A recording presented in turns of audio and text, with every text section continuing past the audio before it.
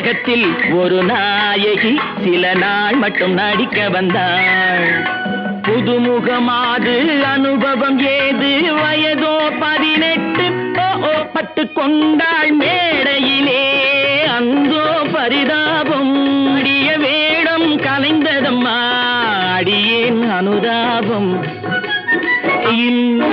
தூங்கிவிட்டாள், ஏன் ஏன் தெரியவில்லை.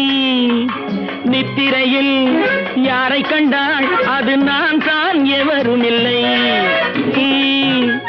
முடிவு சொல்லாமல் ஓடுகிறாய் நீ, பெண்ணா புரியவில்லை. இடம் நல்ல இடம் வந்தால் தெரிந்துவிடும், அந்த சுகம் என்னவென்று வாழ்ந்தால் புரிந்துவிடும்.